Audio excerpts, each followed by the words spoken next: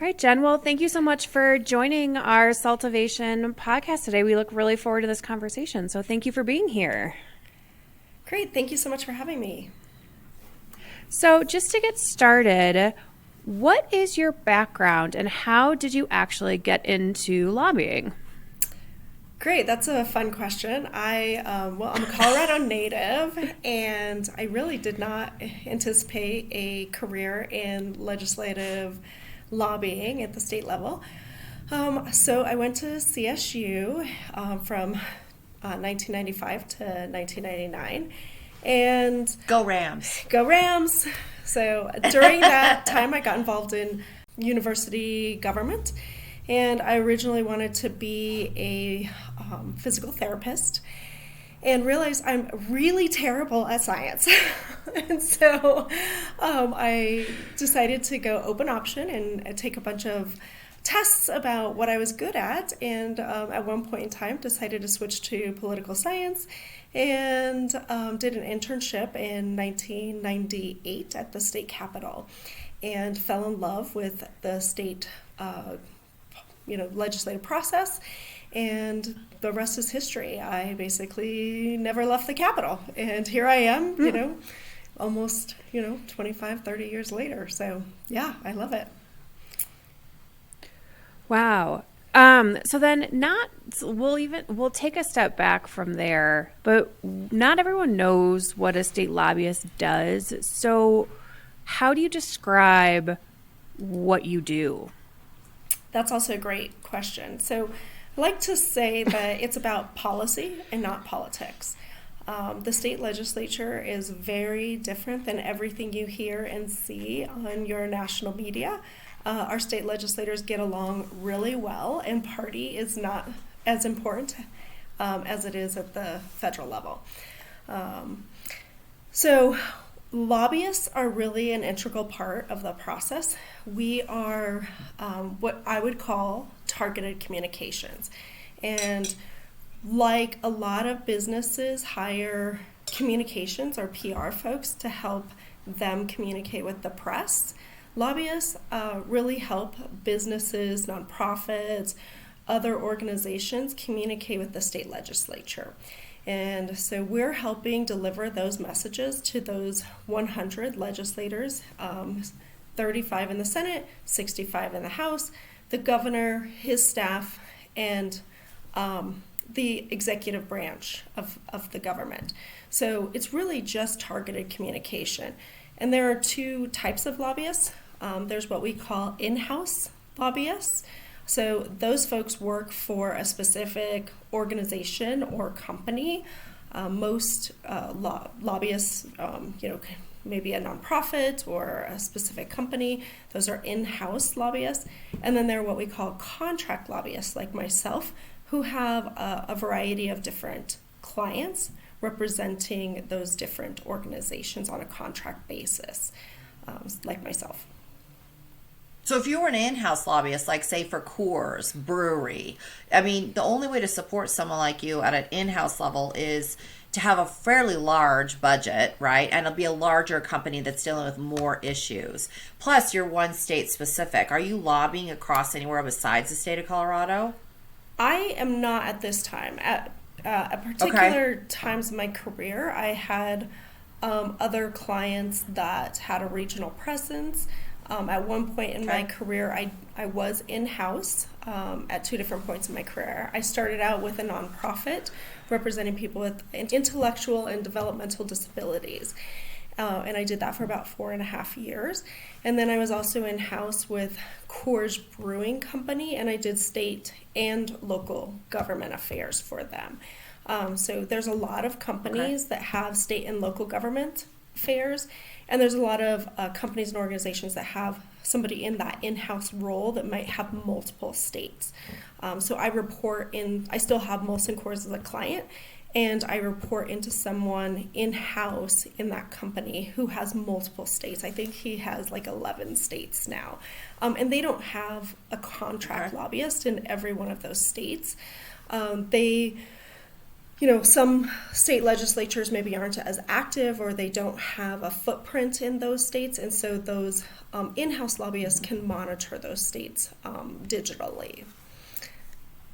I was going to say, like North Dakota, their legislators only meet every other year, is my understanding. So they don't even legislate annually like we do in Colorado. Correct. And then the windows of legislation are different across the different states. So like ours is January through May, but then still stuff's happening in the lame duck section. But there's still stuff happening. Lame duck session, is that the right word? And then some don't. You're planting the seeds all along, even to get stuff happening for next year. Right. Yeah. So fascinating. In Colorado, we have what we call a citizens legislature. So by constitution, the legislature can only meet for 120 days, but they meet annually. And so they start in January, usually the second week in January, and then they meet for 120 consecutive days. If they want to meet more than that, the governor can call what we call a special session, or if 2/3 of both the House and the Senate agree and call a special session. But those special sessions would have to be on a predetermined agenda or a topic. So it's a set policy conversation. It can't just be about anything. But you're right, a lot of other states only meet every other year, but Colorado meets every year. And then that period of time that is not during the legislative session is what we call the interim. And during the interim in Colorado, we have interim committees. So there are committees that meet only during the legislative session. There are committees that meet during only the interim, and then we have committees that meet all year round. And so we'll talk about the Legislative Sales and Use Tax Simplification Task Force, which only meets during the interim. Right. And that's how I know Jen, because I've been on this coalition to simplify Colorado sales tax for the last however many years, and you've been instrumental in that, and you've gotten some significant laws changes made. And I remember when Tammy McCoy, who was the original person who asked me to get involved, she was in the Colorado Automobile Dealer Association, which sort of seeded our organization because it wanted to make some meaningful law changes. She says, it's going to drive you crazy. It takes so long. And I thought, no, we'll figure it out. It'll be fine. And boy, was she right. And you have been so steadfast and consistent. And you've had to deal with new legislators. Like, oh my gosh, starting over with a brand new set of people to keep informing them of all that you've taught our prior Tracy Kraft-Tharp, who was instrumental in getting things done because she was there so long. Right. We're so lucky to have her. Well, that brings up a really good point. Colorado also has what we call term limits. So legislators in the House can serve up to 8 years, so 4 2-year terms, and that's only if the voters continually elect those folks to serve those terms, and then the same in the Senate. So 2 4-year terms, so 8 years in the Senate. And so what we see sometimes is that we'll see some folks serve 8 years in the House and then move over to the Senate, or vice versa, for 16 total years. And we're lucky if we see somebody, serve those full 16 years. But in the case of Representative Tracy Kraft-Tharp, who was amazing for us in the business community and on this simplifying sales and use tax issue, she decided to serve her 8 years in the House, and now she is a commissioner in Jefferson County. And so huge loss to us at the legislature, but she continues to work on policy goals at the county level. Right, and then you had to come in and educate. I mean, you had to make sure on our coalition we had continuity, even though we had to bring in new people, but we needed some people to kind of carry the torch, and then while the new people got educated. And you did that for us. Well, and this next session is going to be secret stuff. Continuing to be a challenge. So, we've been able to, continually, ongoing, always educating new elected officials. And this past election cycle, we saw a ton of new electeds. So I believe we have, I know it's over 30 electeds. I believe it's 36. And then with a couple of, unfortunate, the death of Representative Hugh McKean, who's being replaced through vacancy committee, and then the recent resignation of Senator Bob Rankin, who will officially resign in January, and then his replacement will be filled through vacancy. That gets us up to like 38. So over a third of the legislature are completely new legislators. So, they're still learning the legislative process and all of the issues and all of the people and the players. And those players include the people inside the glass as far as the electeds. And then outside the glass is what we call the folks that are non-electeds, like the lobbyists and the legislative liaison staff for the departments and the staff within the departments, like the executive directors, and navigating that process, the governor's office staff, and then, of course, all of the other advocacy folks that impact the legislative process. Yeah, and I've been really kind of anti-term limits a little bit now that I've heard this, because I think it takes you a good year to figure out what you're doing before you're effective, right? Not you, but the legislators, Right. And so I just had no idea. It's been such a blessing to serve on this task force and work beside you, because I just really had no idea. And I have a better appreciation for our system of laws, even as a lawyer who, deals with the writings of them, but not always the implementation of them until now. So then it's a lot. can we sometimes. just go back a little bit and just talk about the formation of the Sales Tax Coalition and like how it got started, and then Jen, how you got involved? Because it sounds like just from, being a RAM at CSU, tax wasn't really what you were going for, yet here we are. Let's see, not-for-profit, learning, whatever, and then beer. And then tax. And then tax. And I have to be honest, I'm still not a tax expert. I don't know that I will ever master tax. Don't worry, there are disclaimers all over this thing that we are not offering tax advice and to consult to consult a professional. Because I think I call my CPA, especially around tax time, daily. So let's see. Your question was, the simplification, the Sales Tax Coalition, which we call ourselves Simplify Colorado Sales and Use Tax Coalition. We were established in, I think, 2014, and I started lobbying for the group around that time, maybe 14 or 15.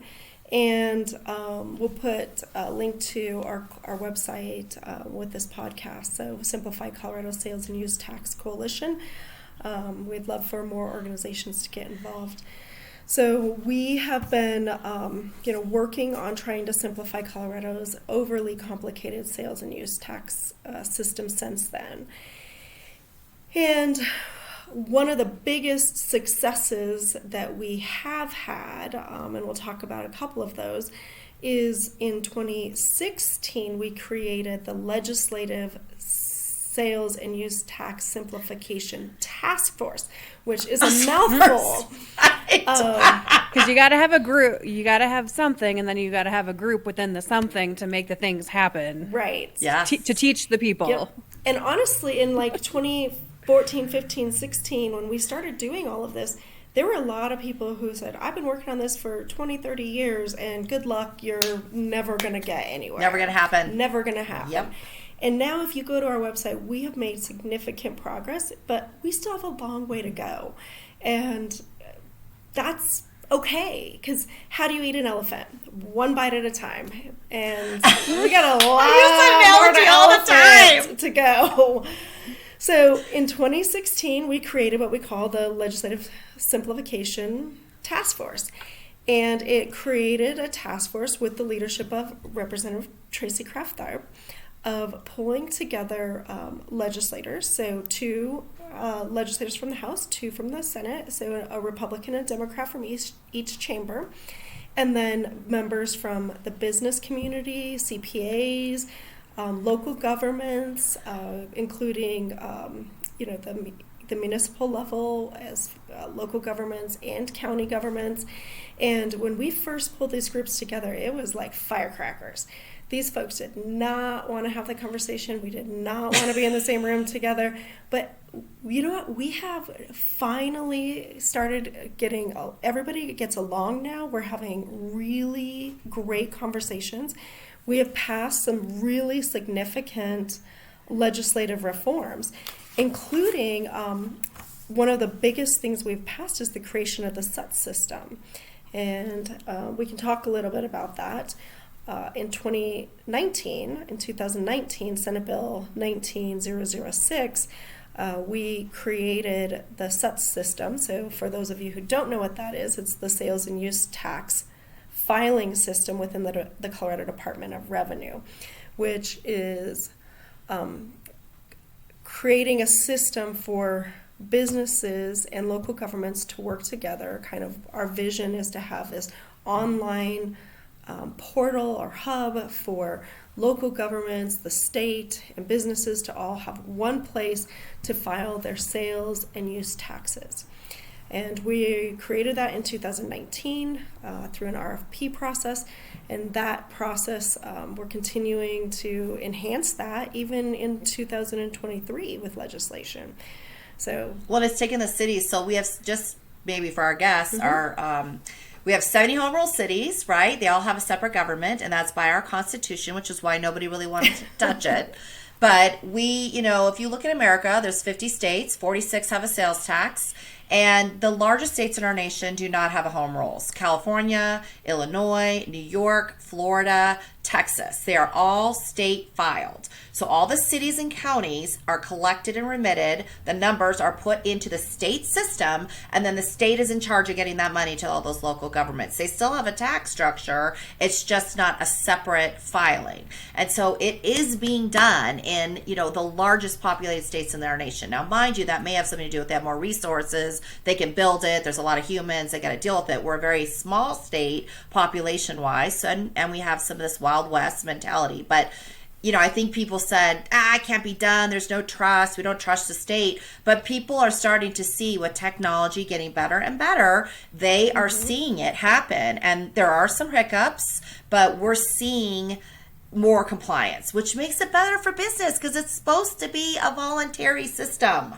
not an extractive system. So I feel like this is just huge for business and governments. It's a win-win. So anyway, That's just my plug for it in case people don't know. I mean, I've been cracking that for a long time because I don't just work in Colorado. We work across the nation. And so we look at these other systems and we're like, they're doing it. And Texas has 1,714 jurisdictions, so certainly Colorado can handle it.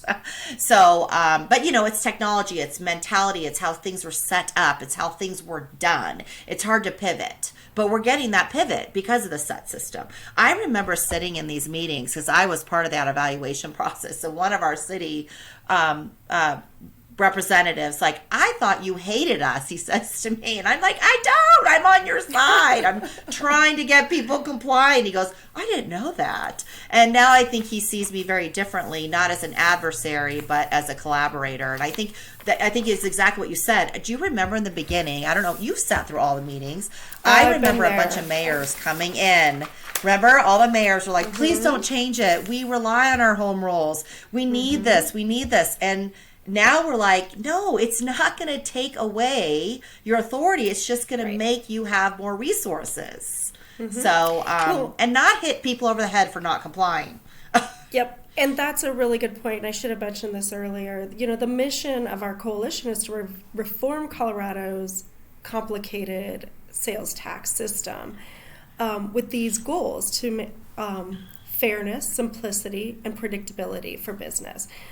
In a way that is revenue neutral for to have any adverse impacts on local and state public services, and create a competitive economic environment for Colorado that will attract additional employers. The coalition as a business, you know, is comprised of businesses and trade organizations and other interested taxpayers that want to reform and enhance business in the state of Colorado. So, when we created sets, I think there was a lot of concern, but ultimately, some of the same municipalities and mayors that came and voiced those concerns at the task force have now seen revenue increases and are totally on board with what we're doing. And we have told them we're not trying to take away. We're trying to make it easier for businesses to comply with remitting their sales and use taxes, so that we all can see reap the benefits. Right. And the money is owed. It's just that the system of remittance is so darn difficult, people just give up. They don't care about $7 to Dacono, a population of less than 10,000 people that happens to be a home rule city. So they just can't possibly know that. And even out-of-state, in-state and out-of-state people don't even know that we're a home rule. Unfortunately, some people don't know that they owe taxes until they're getting audited. And that's unfortunate. And so we're trying to make the system less complicated and easier for people to comply, so that, so that people do comply. Right. And realistically, what this does too is yes, it's the in-state constituents that are paying the tax, but like you said, it is due regardless.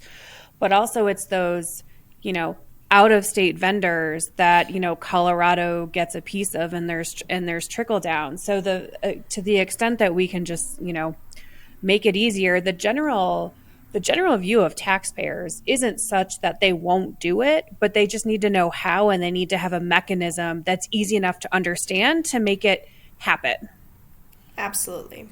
And they're not going to do it if it costs them hundreds of dollars to remit $7. That just doesn't make business sense. But the problem is that $100 or $5 or $7 adds up of 20 years of not filing. So there's your big contradiction of like, I didn't do it for a long time, didn't think I'd have any trouble. And so it does add up. And so this is where we want to make some mitigation so that people can be compliant and do what they need to do, and not have a huge stick hit them over the head.